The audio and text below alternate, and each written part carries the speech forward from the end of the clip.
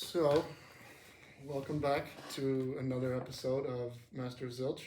I'm your host, Trev Montalban. Today we are joined by Dr. Meg. We have met at different community events, and one of the main places I've seen her is she plays the violin and the viola. Viola. Yeah. And in the band for Kirtan, which is, I've mentioned that before, it's on my Instagram. Love that event. It's amazing. We do it every couple of weeks. And she does all kinds of interesting stuff. So I am going to turn it over to her. So Meg, if you could tell us a little bit of basically who is Meg, kind of how did you get here, your journey, and then where they can find you online. So as much as you want to share. Cool. My journey. It's been quite a journey to get here. Are you wanting to know just about like St. Pete in general, or honest embodied person right here? Kind of the embodied person right here, because like the whole premise of this podcast is about self-development, self-empowerment. Mm-hmm. So it's a way to share with people who are maybe already on the path of self-development, but also people who are struggling with like depression and anxiety, and like showing them that there are other ways besides just medication to kind of move through that stuff. Yeah. So if you could share a little bit about your journey, and I mean, most people experience depression at some point. Yeah. So like if you could kind of share it with us, like what has helped you, what different modalities, maybe a little bit about your journey. I mean, strength and vulnerability kind of thing, you know? Cool. So I grew up in a bit of a dysfunctional family. Love my family so much. My mom did her absolute best. But it kind of like led me to have a lot of like anxious patterns like programmed into me from a young age. And so I in the past like self-medicated with like drugs and drinking and like did that whole world for a bit, partied my life out like crazy. I cannot picture you like the calm demeanor that you have now. I can't picture you right. in that setting.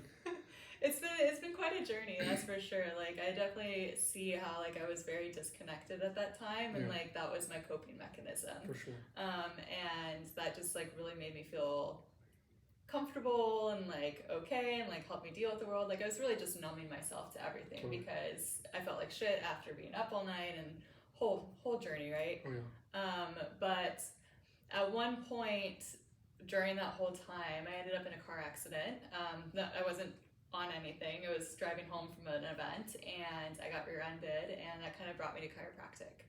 And that's kind of like what really started to really change my life. I think I heard somewhere that like based on like type of car accident that you have, it's kind of like the universe trying to nudge you in a certain direction. Like if you drive into something, it's like the universe telling you to slow down. If you get rear-ended, it's more like the universe trying to push you into something else. If you get sideswiped, it's like, hey, like completely turn the other direction. And so I got rear-ended, and that like kind of pushed me into seeking chiropractic care for myself. I had never seen that or received it before. How old were you at this time?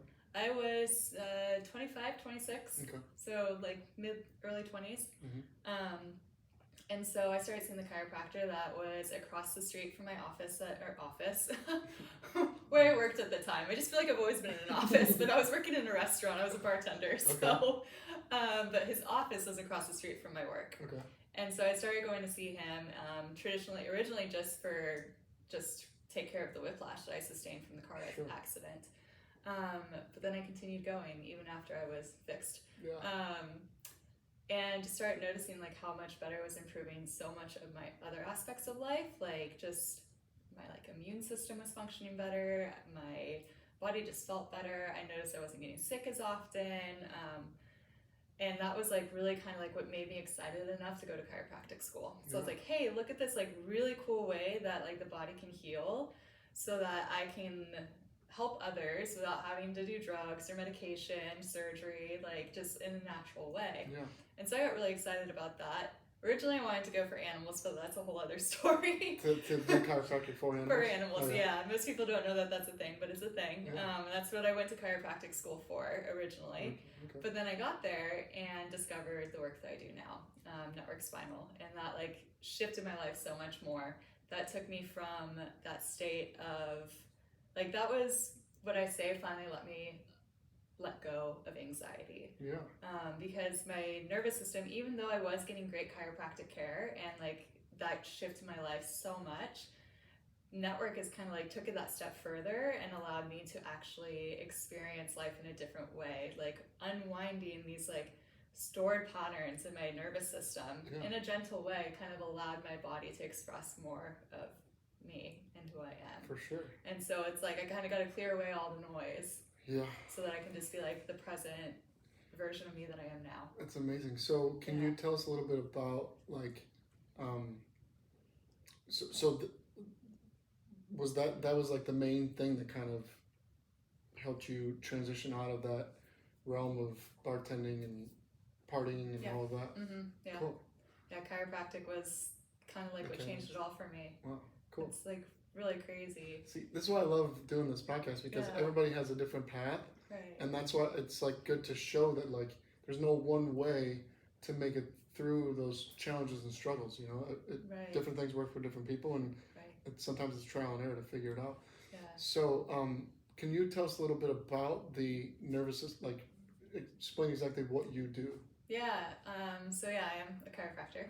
We missed that part, but I actually I've started calling myself a nervous system alchemist because I feel like that kind of like describes what I do a bit better. Yeah. Because what is alchemy? It's seemingly magically transforming something and like bridging that gap between spirit and physical. Yeah. And so your nervous system is like the most physical spiritual part of you, but it's also the most spiritual physical part of you, because it is an actual thing, but it's also like this like elusive subject at the same time. Yeah.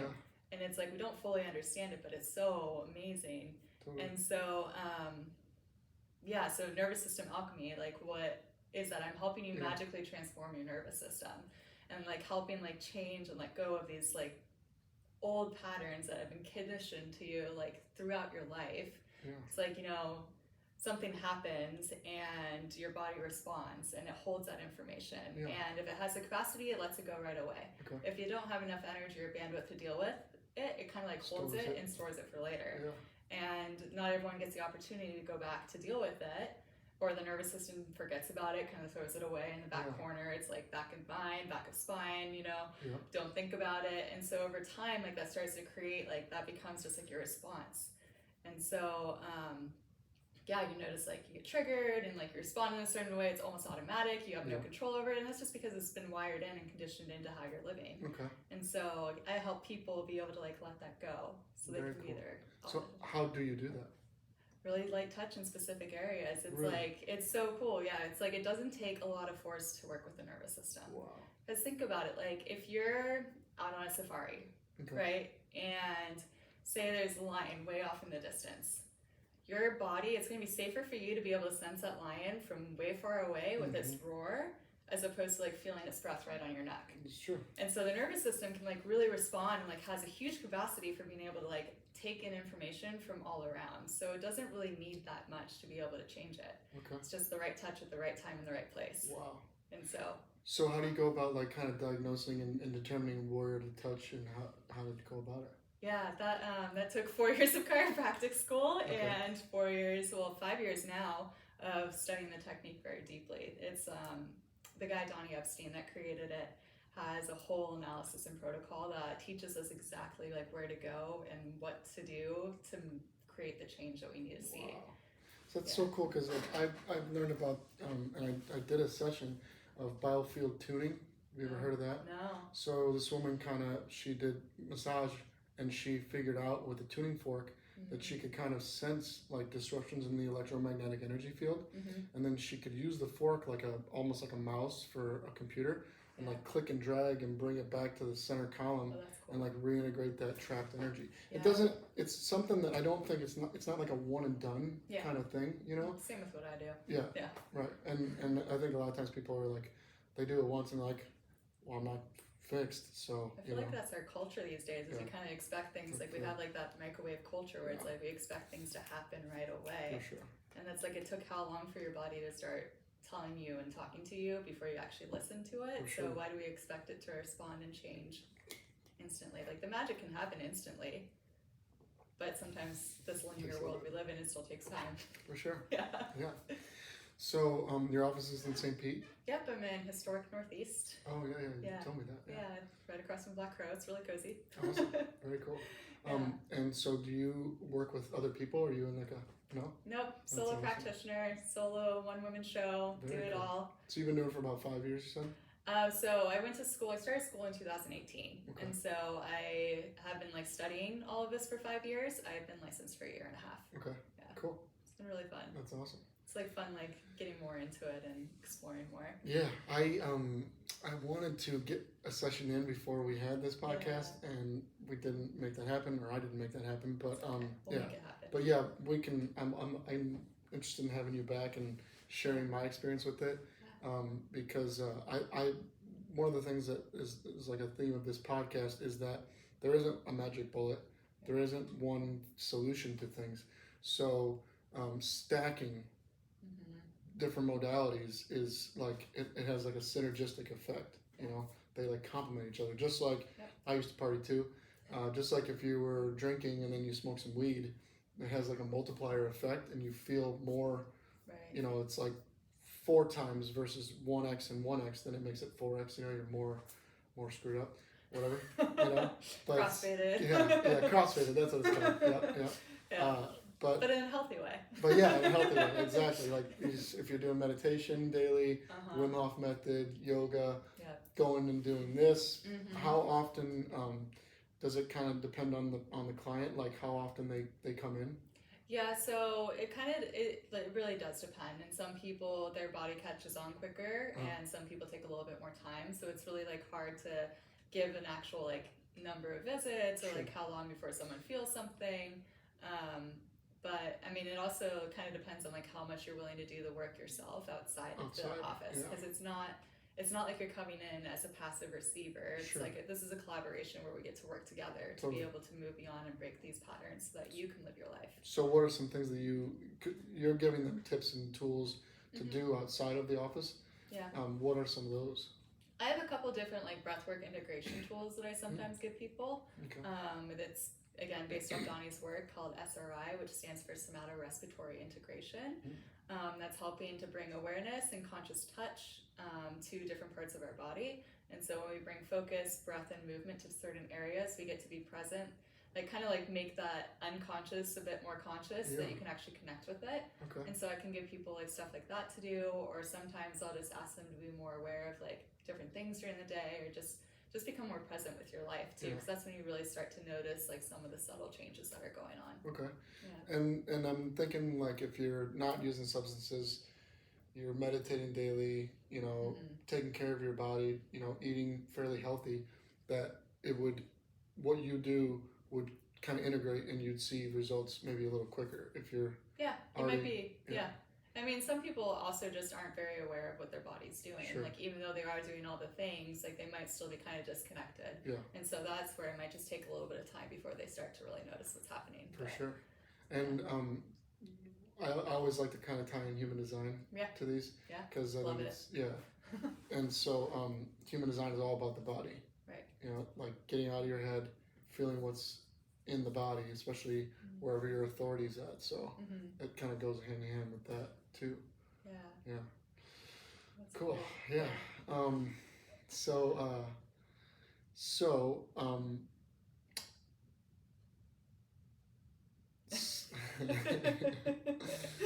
Okay, so let's talk about you outside of, I mean, is there anything else you'd like to share about your practice? I guess if people want to find me, Instagram's probably the easiest way to connect with me, and it is soulistic.living, so SOULISTIC.living. And I'll put it in the show notes. Perfect. Yep. Yeah. Cool. That covers the practice, I think, enough. Really? And so then they can book through there. There's like a link tree or. Yep. Got it all set up. Okay. Awesome. Cool. Very cool. And so let's talk about maybe a little bit more about like that transition from the partying into the chiropractic, and like, because I'm sure it wasn't just like you're bartending, you're going out every night drinking, all of a sudden you go to chiropractor school and a switch flips. And no, it definitely wasn't like that. Yeah. It was a bit of a process. Like, it kind of started with, like, I still was like very in it while I was starting to receive chiropractic care. Sure. And it got to a point where one day I just decided I was going to start going to do yoga, and I had like never done yoga before, and like I signed up to take yoga at like the community college, and so started doing that. And that's like around the time that I was like, I should go back to school, because I had like my bachelor's. I got my bachelor's in music when I was in my undergrad. Cool. And so I was like, what am I doing with my life? Like, kind of like at that phase. That was around like 26, 27, so getting into that start of the Saturn return time. Sure. So it makes sense. Yeah. But yeah, I was like starting to do yoga and like receiving chiropractic care, and then it just kind of got to a point where I was like, oh, I don't want to be hungover for my yoga class in the morning. So maybe I shouldn't drink as much tonight, you know? And then it kind of became a thing where I was like, oh, I'm just not going to drink at all. I'll still go out. And then next thing you know, I was going out and I just didn't drink at all. And I was like leaving by like midnight, whereas I was a person that would stay up till 5, 6 in the morning. Wow. And so I was leaving at like midnight, and like my friends started calling me a grandma, and I was like, okay, fine, I guess I'm a grandma. Like, yeah, if I'm gonna go home and go to bed, because I want to go to yoga in the morning, they just laugh at me. But you know, it was kind of like a slow process in that sense. And while I was in chiropractic school, like I definitely I would go back home to San Diego, and it was so easy just to go out and drink with everyone again. So it's not like I completely cut cold sober at any point. And I wouldn't say I'm completely sober right now either. I still enjoy a glass of wine every now and then. But 5 a.m. is not. Yeah, no, I'm in bed by 9 or 10 usually. Yeah. Usually I'm waking up at 5, if anything, instead of going to bed at 5. For sure.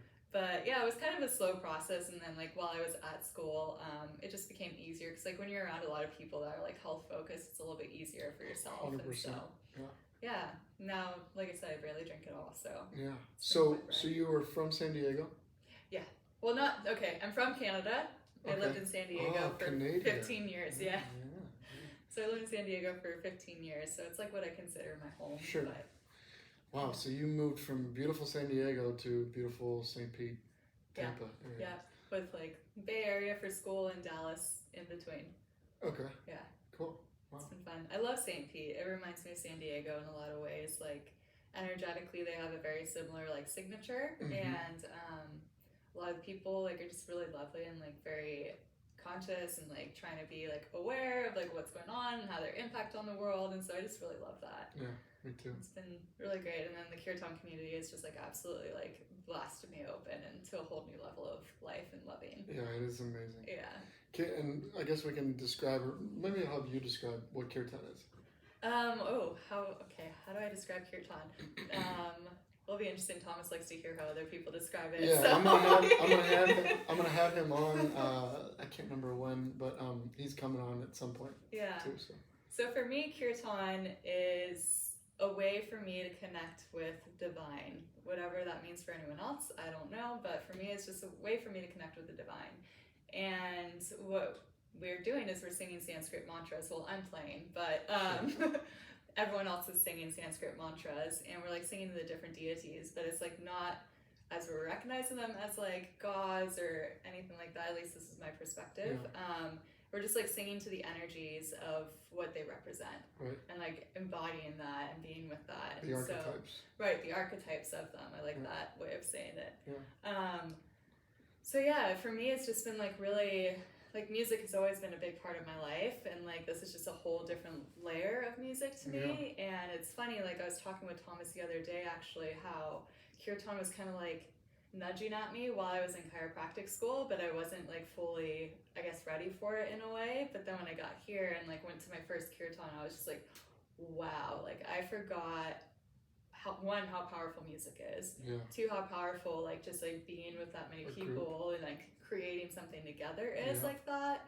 And then just like what that can feel like, and it just like felt so good in my body to be able to be in that space. And so in the heart, like, it's like That's the main thing that I'll say when I describe it to people is that it's opening up your heart. Like, I mean, I feel like my heart grows every time I go in there, and I'm getting more out of my head and into my heart. I remember there was a kirtan session, whatever you call it. As long as that's the So good. As long as the iPad doesn't fall down.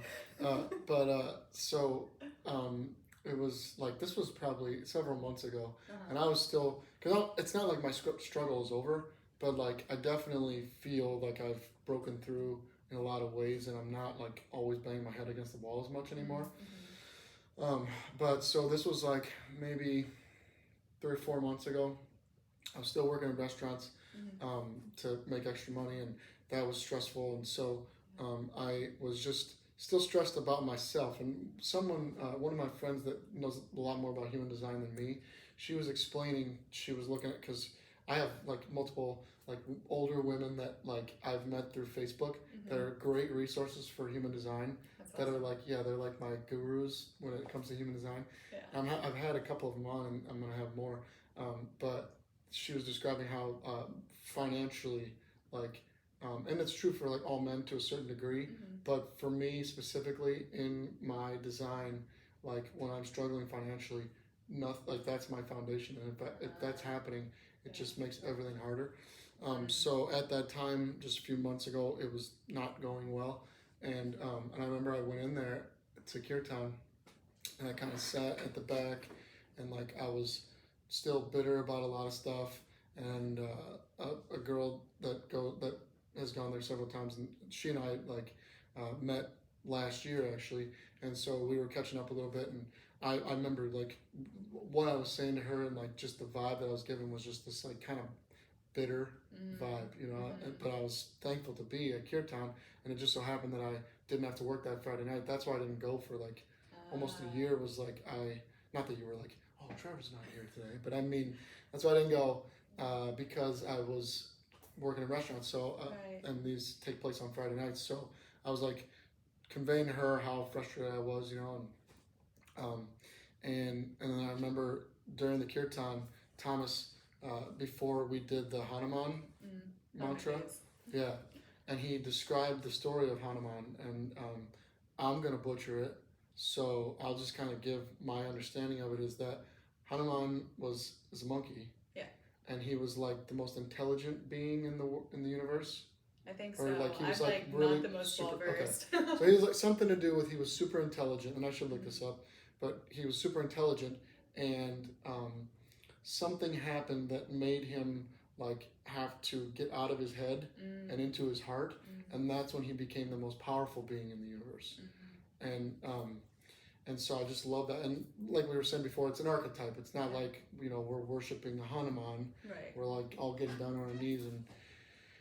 But it's like, and so I remember like, well, like definitely when we did that mantra, that I was like, I just started bawling, like, and because it was like so real for me at that moment, because I knew that I needed to get out of my head and more into my heart, and it was like, just singing that mantra, like at a certain point I kind of stopped singing it because I was freaking crying, but it was like this like emotional release, you know. And that's one thing I want to bring up on this in these episodes is that like strength and vulnerability, and the fact that like in our society, men, especially like in America, it's like you gotta be tough, you know, you don't show your emotions kind of thing, and like those emotional releases like have been such a powerful catalyst for my change and getting to the point that I'm at now, where I'm much more calm and much more centered and much more empowered and happy, and it's like I've cried so many times, like almost uncontrollable, where I'm not fighting anymore. I'm just like letting it out, and like that is like just such a powerful release. It's releasing some of that trapped energy, basically, you know. I mean, that's what emotions want to do. They're just trying to move energy. Because it's like literally they're molecules that are in our body that are trying to move through and be expressed in different ways, because different energies have different ways of expressing, and so just allowing them to move through and just like release, and that's beautiful that you're able to allow yourself just like express it now without feeling like, oh, I have to hold it in, like try to contain this because that's not what we do. For sure. And that, I mean, that's going to create more dysregulation down the road too, totally. right? Exactly. Yeah. Well, and we did a ceremony last weekend. Ananda Springsteen ran it. Oh yeah, Her nice. and 3 other women. It's Divine Feminine Collective, I think is the name of it. I need to figure that out. But I'm pretty sure that's the name of it. Yeah. And so we did like a ceremony with some medicine, you know, and cacao and something else. And so but I remember that during that experience, like I had used that medicine before, and during that experience, like it was not like it was like a confirmation that I'd done a lot of work already, and that it wasn't such a painful experience for once. Like I was not like, because every other time I've used that medicine, it's like just painful. Like it's like a very like, and it's a release process, but maybe I don't know if you want to share a little bit about did you have any of that kind of like emotional release during that process of transitioning from the partying to the I don't think, it's funny, I've been reflecting on this a bit lately and like looking backwards at some of my life and just trying to observe to see like past versions of me and like how like I'm the me right now is like how it's the same me but it's like still so different. And that was one thing I was actually reflecting on lately, was like how in the past I wouldn't really allow myself to feel my feelings. I don't think I really felt in a space where I could growing up, and I recognize, like I said, my mom did her absolute best and I absolutely love her to pieces. But I remember as a child like telling people, I was like, oh, I'm the good kid because my mom needs me to be, like especially through like end of high school. Early high school I was a bit of a punk, but like end of high school I remember being like, oh, like my mom needs me to be good. And so it's like I don't think younger me really felt like she could really fully express and be sad or angry or anything. And so anger is actually still an emotion that I am still trying to work with myself. Like I have a hard time with anger, and like just I'm like I just don't get angry. And it's like I wish I would in a way, because then I could actually like let it out and not like have to keep it all bottled up. But yeah, during that whole process of like starting to like return more to myself and like starting to like let go of like not mean to the world, like I mean I cry all the time now. Like I talk about, I don't know, something will happen and I'll just like be triggered in some way, and not like triggered in a bad way, but I'll just like kind of like tap that one thing and then just like, oh, like I actually just let myself freely cry now. And it's just so beautiful to just like let it come through and not be, and like never apologizing for it and just like letting it be, and like being in a community now where people are like, oh, like I'm just gonna hold the space for you and cry it out. Like I'm just here with you. Well, and I feel like I mean it's not if you don't let your emotions out, it's not. I'm not like judging you, but like I do feel like this is kind of like an evolution of the species, and we're realizing that like this is how this stuff works. Like this is how you can move through this stuff, release some of not only your own trauma but then also ancestral trauma. And like we can get over this and stop repeating all of these same dysfunctional patterns, you know? Right. Yeah. It's like we get to break it. We get to be the change that the world has needed. Really, honestly. Because otherwise, what's going to happen? Exactly. Well, and I was actually just talking about this with Shakti via like just Messenger, and we were talking about. I did change the ending of these episodes. I didn't, in the last one that I recorded, I didn't, but I'm going to change it from now on, where I used to say, you are your own Messiah, because I don't want to discourage people who might identify with Christianity, but I am going to bring this up. I don't care. So one of my best friends from back home sent me a couple of videos last night, and the first one was an ex-witch, basically is what she described herself as. And she was saying how crystals and meditation and yoga and all this stuff are portals to demonic realms, and that the only remedy is turning to Jesus Christ, because he's the only one that can save you. And then the next one was this guy who went into, he like went into it, and he's like, meditation opens you up. It turns you into a beacon for demonic possession. And so it's kind of crazy. So But the reason I'm bringing this up is, and then he and I had a discussion via text, over that. And I kind of, in retrospect, at the end, like I guess this morning when I woke up, I texted him. I said, "This is what my response should have been," because I kind of get defensive because like it's like when you study more of the ancient texts and what Jesus was talking about, not just the watered down Council of Nicaea Bible, which again, if you use the Bible and it helps you, I'm not saying don't use it. I'm not saying the Bible is evil by any stretch of the imagination.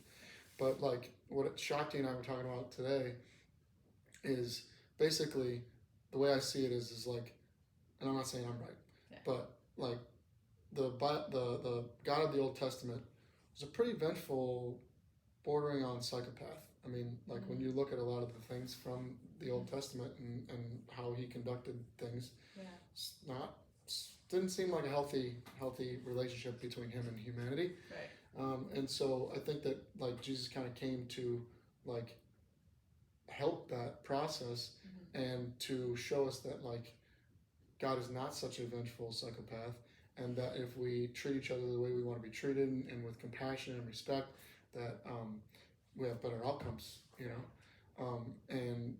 but I think that the next step, and the reason I brought all this up is because you were talking about like self-development, and we were talking about like working through some of these challenges on a personal level, is that instead of turning to and I'm not saying you shouldn't still pray to Jesus. I do, and I call him Yeshua because I think that's his real name, and it was changed to Jesus over time. But like that it's not someone is necessarily saving you, it's that you realize that the kingdom of heaven is within you. And so we went from like the vengeful psychopath to like, no, God is much more loving, and then we had the heaven and hell thing. But now I think we're in this transition toward like realizing that you can activate some of that stuff within you.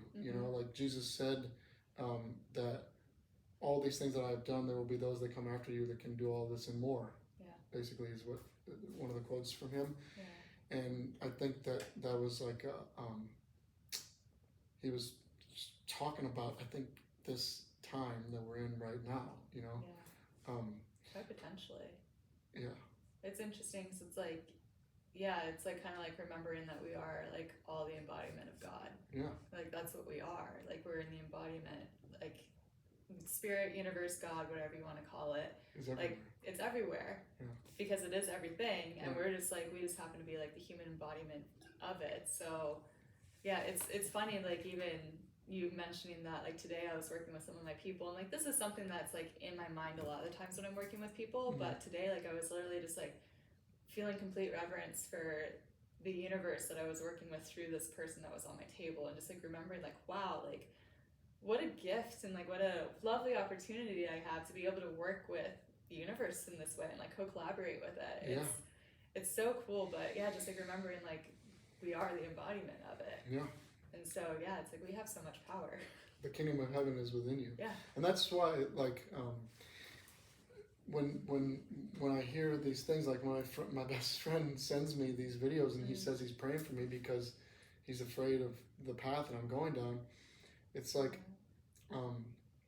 it's kind of, I mean, everybody's got their own path. And he used to do the partying thing. We used to joke around that he was the one that introduced everybody to weed, like back in high school, and so he had some health issues that he was going through, and so then he started going to church, and he's definitely a better dad as a result, and a better husband, and that's amazing. But we're like, it's when it transitions to the evangelism that like, it's like you're talking about things that you don't understand, and I'm not saying that like you're entitled to your opinion, but when I share with you like different texts like the Gospel of Thomas and I ask you if you've read it and you say no and you're not willing to read it, then it's like, okay, well we can't have a discussion on the full spectrum if you know what I mean, if like so I mean, to me it kind of sounds like in a way like they're like giving, I obviously don't know this person, but it's like it kind of sounds a bit like just giving up his power and just like, you know what, this is like what someone else has told me to believe, and offers people great healing in so many ways. And like some people actually need that at certain points Totally. in life too, to be like, I need to give away my power a bit, and I need to be able to have someone just tell me Surrender. what to do Yeah. and surrender to that. And it's like everyone's at different paths on their journey, right? Totally. Well, and it's crazy because like he and I used to have discussions about all this stuff, and he would like agree with me. And at a certain point, his mom was like, "You're going down a demonic path," you know. When he would talk to her about any of this stuff, and he would basically correct her on it, and you know, and then it's weird. Like he just did this 180, and it's funny because I actually had another friend who was. I didn't think we were going to talk about this, but I had another friend who we were in the cities together in we both became Sit House and Transcendental Meditation, which is a more advanced form of TM, and we both went to the school out in Iowa, Maharishi School, Maharishi International University, and so we both went through that process, became Sit House, and then I think he kind of stopped meditating. I actually stopped and saw him on my way down to Florida when I was moving down here. He lives in Georgia, and we meditated together. He hadn't been meditating in a long, long time, and that's the thing with the meditation is it's just like the gym. If you go to the gym and you get strong, and then you just stop going, you start eating shitty food and everything. It doesn't just magically stay, you know. So, but it's a practice. Yeah. So he and I were speaking, and he's had a tough time. Like he lost both of his parents in like a year's time, part of the COVID thing and everything, and so, but then we started talking, and he was like, he went on this whole thing that I said, "What's new with you?" And he said, "I have accepted Jesus as my personal Lord and Savior," and he's like, all that stuff that I was doing, it's dark, it's demonic, and he went into like all kinds of different stuff, and I was just like, it's so fascinating to me, like when you start down that path and then you do a 180, everybody's got their own path. Whatever works for you. Yeah. As long as it's making you a better person. As long as you feel happy with where you are. Right. And that's the thing. But it's also that, and I guess maybe I'm doing it right now when I'm saying this stuff, but it's when the evangelization starts happening, and it's like, you're the devil, you know, and it's like, well, you know, God. Thank you. God, enjoy your day. God made these crystals. The devil didn't make the crystals. You know what I mean? It's an interesting thing, and that's like just how you like learn how to relate with people, and it's like recognize and love them unconditionally. Exactly. Because that's all we really can do. It's like, you know what? I love you anyways. No matter what you think about me. As long as you're a Christian and you're being a good person, you might think that, you know, billions of people are going to hell and burning for all of eternity. You know, that's your cross to bear, not mine. Right. But as long as you're doing that and you're not going out and committing crimes and hurting people or whatever, you know, I'll take it. It's like, do what you want. I'll take it. I'm all about sovereignty and like being able to do what you want with your life. Like, well, as long as you're not hurting other people. Right. Like, obviously, don't go murder people because you're like, I'm a sovereign being and I can do whatever the fuck I want. Like that. It's crossing some ethical and moral boundaries, I'm sure. But I feel like as long as you're being like a good human and just doing the best that you can, that's really all we can do. Yeah. Like, and then once you learn better, do better. Yeah. Exactly. Yeah. So maybe you could talk a little bit about music. Okay. Transition back to the music. Yeah. I mean, what do you want to know about music, or what? So what got you into music? When did you start playing the violin? It's actually a funny story. I started playing when I was 6 years old, so I've been playing for a really long time. Very cool. Growing up, my brother was given violin lessons when he was like 3. I was 6, and he didn't really like it. But me being the older sister that I was, so I was like, that's not fair that my younger brother got to do something and I didn't get to do it. So my mom told me that apparently I threw quite the tantrum, and so they gave me violin lessons. And turns out I liked the violin, my brother didn't like it at all. He ended up playing cello, and then my sister after me played violin as well. But yes, I started playing when I was 6 years old. Wow. And just kept up with it. And just so we're clear, she's an amazing violinist. She's Thank you. Very talented. Thanks. Yeah. So taking a lot of practice, but I'm also not the best practicer. Really? Well, maybe it just comes natural then. Yeah, that's my teachers used to get really mad at me. They're like, Meg, you gotta stop relying on the natural talent and actually like apply yourself. And I was like, I'm good. Yeah, for sure. I'll just keep playing as I'm playing. And you're a 1-3. So you in don't human even, design, yeah. yeah, you don't even have the 2-line in human design of the natural. You just No. on top of. Yeah. So has that been like therapeutic for you? At times? Getting back to it definitely has been. Yeah. So during the time of my life where I was partying and doing a lot of drugs, I kind of like stepped away from music because that was right after I graduated my undergrad. And it was funny because I actually went to a private Christian college for undergrad. Yeah. What was it? Point Loma Nazarene University. It's in San Diego on the beach, on the cliffs. So it's absolutely beautiful campus. Yeah. But that's kind of like where I lost my religion, which was interesting. Yeah. Sometimes when they force it down your throat, you're kind of like, I don't want this anymore. Yeah, I think that was a lot of it. And then I just realized I need to go on my own path and forge my own relationship with what I thought was the universe and divine and God, whatever you want to call it. But yeah, so I kind of like took a break from music for like 6 years or so. Wow. While I was in chiropractic school, I tapped in a little bit. I played at Burning Man one year, which was really fun. Very cool. With a huge orchestra, like out in the middle of the desert. That was a amazing. really cool experience. Yeah. But then, yeah, I'm the type of person that just likes to play with people. I don't really like to just go play just to play. Yeah. And that's how I kind of like to do a lot of my life, actually. It's like I like to do things with people. Like I like engaging in relationships and like collaboration, co-creating things. Like I think that's so much more fun than just doing it on my own. Me too. Yeah, and so, this playing with the Kirtan group and Sacred City and just the people that I've met through that and like the people in the band, like just being able to like freely play and just like someone just starts playing some chords and then just being able to play over that has been really liberating. Yeah. Because I'm classically trained, and so it's like just playing just to play is not something that I've learned. For sure. And so that's been a skill that I've been honing more of lately, and it's been a lot of fun and like just feels free and flowing, and sometimes I don't even know what I'm doing. My fingers just do it. Honestly, that's the best thing, right? It's like my mind like kind of started to let go and just let what comes through come through. That's amazing. So it's kind of cool. I guess like it's kind of channeled. There we go. Challenged. Not demonic. Not demonic. It's channeled. Let's make that clear. Yeah. I mean, it's for kirtan, so. Yeah. No, well, I guess it's all about perspective, because some people might look at kirtan and be like, that is demonic. Okay. Yeah. I mean, everyone has their own thoughts and opinions on things, right? Totally. For me, I think it's purely divinely. Yeah. Yeah. I mean, in my opinion, unless you're specifically calling on demons, which people do. Yeah. But otherwise, there's not just demons always lurking around and you have good intentions and then they sneak in the back door. Yeah. You call them on. Like, their names and you call them. Right. Which I don't recommend. Have you Probably done it? No. I did. It did sound like I had. No. Do not do that. Definitely have not done that. Oh God, yeah. I can't even imagine. Yeah, I mean, there's some people, and I think that's like part of the balance of the world too. Is like there has to be the balance between the good and the evil, right? Yeah. So every time we do something to get more towards the good, then somebody has to do something really friggin' evil.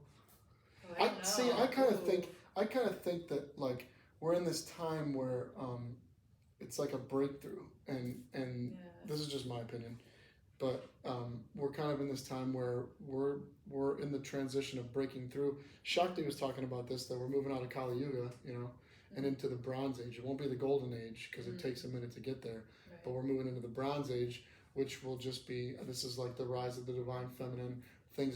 We're more likely to cooperate. We're letting our emotions out more. We're communicating better.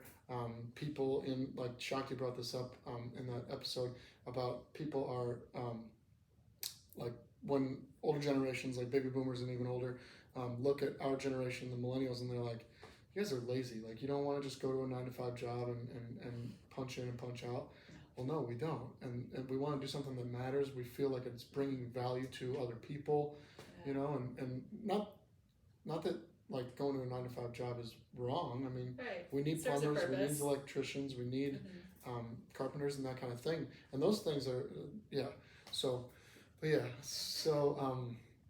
there was another. So one thing I was going to mention to you, you have this Pepper Potts vibe. I was just watching Iron Man the other day. I haven't watched it. But Pepper Potts is his like secretary. Kind of like the second in command to Tony Stark. You know anything about Iron Man? No. Iron Man, he's like a billionaire, I know he's the one that has like something here, right? Yeah, because he had shrapnel got caught in his heart, and so he had to have that to like keep it from killing him. But yeah, so he has like the suit, you know, and then his second in command is Pepper Potts, like for his business or whatever, you know. Right. And it's Gwyneth Paltrow plays her in the movies. I've gotten that I look like her a lot. Yeah, you just have like Gwyneth Paltrow vibe. Cool. Yeah. Yeah. It's I have no clue who compliment. Pepper Potts is, but. Yeah, it's definitely a compliment. Cool. Thank you. Yeah. I think Gwyneth plays like instruments. She does like, she's put on like cooking demonstrations. She plays instruments. Yeah. She's like a multi-talented human being. Yeah, I mean, she has her whole episodes on Netflix, The Goop Lab, too. I don't know if you watched those. Oh, it's a little like mini series that she did with Netflix, and she interviews like different healers and stuff out in the world. And it's funny because actually one of the people she interviews and has on the show is this guy John Amaral, and he used to practice network spinal. Wow. So, he still like does his own thing now. He was trained in network spinal analysis, which was like one step before network spinal, but still a wonderful human and does amazing work. But it's kind of cool because that kind of started to bring some visibility to what I do, because people are like, I don't know what this is. Yeah. And Gwyneth Paltrow has it on her show. Like, people are like, oh. Well, yeah, when you told me, I was like, I'm interested. Yeah. But I don't really know what you're talking about. Yeah. Yeah. Well, and it's like, do we really need to understand exactly how it's working for it to work? Nope. And it takes away part of the magic if you know it all. I mean, it's good to, I think, have an idea of what's going on, but yeah, you don't need to like. I think that's like modern science is like it needs to map it out, and we need to explain the chemicals and the process, and you can't always. You can, and I think that's. I mean, I don't remember who said it, but I heard this quote at one point where it's like magic is just science that's not explained yet. Right. Because that's like really what it is, and so it's like, do we really need to explain it all? Because it takes away the magic of it. Well, and I mean, metaphysics itself, like you can't put a lot of that stuff in a beaker. You can't measure it. But you can see the effects. Yeah, but you can see the effects. Right. Right. So who cares if you can measure it or not? Right. If it's working, why do we give a shit? Right. You know. If it's working, just let it be. Yeah. Can keep doing it. If it's not working, change something. Yeah. Exactly. Do something different. Totally. Yeah. So we're at about 47 minutes. What do you think? Think it's a good place to stop? I'm following your lead. Okay. What are you feeling? I'm trying to think if there's anything else I wanted to cover. Yeah.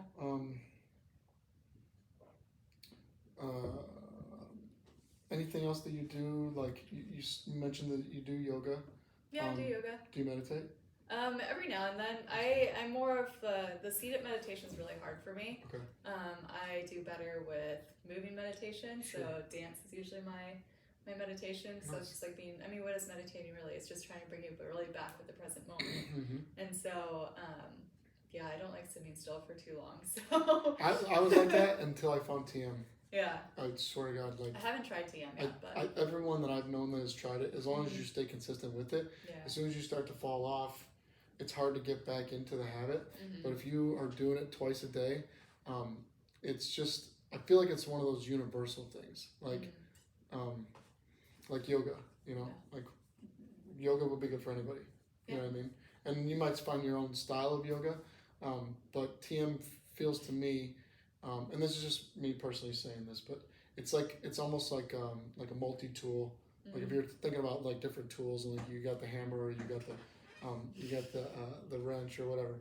But you know how those multi-tools where you can open it up and it has all these different things. I feel like TM for me at least, it's like it just makes it so easy to transcend. But I'll have to try it sometime. You gotta take a class. Yeah. Okay. I'll take a class. Yeah. You gotta pay for it. That's one of the main barriers to entry. But that's actually why I did it, was because it cost me money. Yeah. And more skin in the game. Exactly. Yeah. And I was like, I already spent $400 on this thing. I'm doing it. You're like, I have to. Yeah. Yeah. I mean, unless you're okay with just losing $400, but and some people might be. And my teacher, she was amazing. She like, it was this like serendipitous meeting between her and I. Like, it was 4 days that you got to go 4 consecutive days. Yeah. And we had like 2 hour long discussions pretty much every time I went there. Wow. After we did the class or whatever, she's like a aunt / grandma. She's right in that age range between like aunt and grandma. But like the sweetest woman, and like just I think that's part of the reason that I was so into it then from the beginning. But if there's anything else you want to share that you do that makes your life better. Yeah, I guess like dancing, movement, music, for sure, network.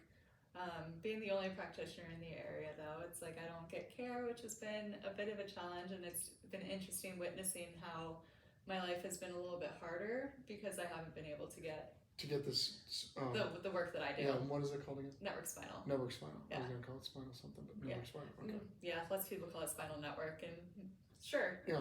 Same words, different order. What did you call it though? The Nervous System Alchemy. Oh yeah, so I'm calling myself a Nervous System Alchemist because I've noticed if I introduce myself as a chiropractor, that makes people think of me in a certain box. Right. And it's like I want to invite the conversation and ask the right people that are curious will be curious. Yeah. So I guess I help people with their pain and help them like let go of the pain, but that's not my main focus. Sure. And it's not all about the back either. It's about like your whole body and how your life is and everything. Totally. So Nervous System Alchemist. I like it. Yeah. I love it actually. I like being more creative. We don't have to stay in these boxes. Right. And I think that's been part of my struggle and just like figuring out my business and everything too. Is like I was trying to model it after the way all the other chiropractors do it. And not even just chiropractors, the way the network spinal chiropractors do it. Because it's like there's a whole model and like it's a successful model and it works. Yeah. And I was trying to go after that and I was like, this doesn't feel like my path.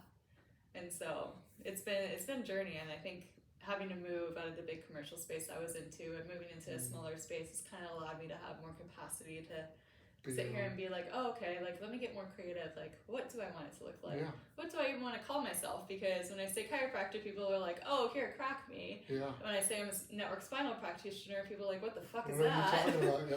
And so, the Nervous System Alchemist just kind of came through one day, and I was like, I really like that. I like it. Yeah. Well, and that's like, this kind of ties into this whole podcast of like self-development, self-empowerment, finding your own journey. So like that's why I like to have different people on talking about different things, and what works for one person might not work for another person. Right. But like making it your own. So that kind of goes back to what I was saying about this time of what Paramahansa Yogananda called the second coming of Christ. Is like the rise of Christ consciousness in people. Just like Jesus said, all these things that I've done, there will be those that come after me can do all this and more. And it's kind of like finding your own path, finding what works for you. So you find a modality like network spinal, and then you kind of make it your own because each person is different, right? Right. And so then you offer that your own style of it, and it doesn't make the whole industry of network spinal wrong. Right. It's just that this is your little flavor of it, you know? And that's part of the gift too. It's like, I know there's so many network spinal, well, not really so many. There's a handful of network spinal chiropractors. Yeah. There's none in this area, but there's like ones that like, there's one up in New York, and it's like, I'll fly to New York to go see her because I know, like, oh yeah, I did it once. Wow. It just was a little expensive, so I need to wait for a bit before I can do it again. But it's like, I will make that visit for her because like, there's someone I can drive to see in Orlando. There's someone I can drive to see in other parts. And it's like, I would rather fly to like Texas or New York and go to these other places because it's like, I'm going for their flavor of what they do. Yeah. And they each have different gifts. And so it's like really cool to like remember, it's like, like we're all network spinal practitioners. Right. But we all have our own flavor, our own way of doing it. I love it. And our own way of running a practice, and it's been really great to be like, oh, I don't have to do it the way that everyone else does it. But you can also take little parts from different. Yeah. It's all about like listening and to that one you. free line really needs to investigate and then experiment. Yeah. It's been so much experimenting the past year and a half. Do you feel like you made a lot of progress? I definitely have. Yeah, I've realized it's like, oh, that was not exactly for me. This wasn't exactly for me. So it's like I'm just trying these things and seeing what feels right and what brings me the success. Because as a projector, that is my strategy, or like my way of knowing, not strategy, signature. There we go. That's the word. Yeah. that's success. Yep. And if you get bitter, you know that Yeah. things are not going well. Yep, I've had some bitter moments, and I'm like, oh, let me reevaluate here. For sure. Well, I feel like that's a good place to stop. Cool. Yeah. Sounds great. I really appreciate you coming on, Dr. Yeah. Meg. Thanks for having me. Yeah. It's been fun. And we need to schedule a session. Yeah. Yeah. Yeah, we can get that done. For sure. Got my schedule with me right now. Do you? Yeah, Nice. I do. So I guess we'll end it there. Thank you for tuning into another episode of Master of Zilch. I'm your host, Trev Montalban, and this has been Dr. Meg. Hope you enjoyed it as much as I did, and not doing the Messiah ending anymore. What did I say? You are your own hope. So the Superman S, I'm going to make shirts and flip it around. So when you look in the mirror, you are your own hope. That's what the S represents. And so you are your own hope, and I believe in you. You can do it. And thanks for tuning in. See you next time.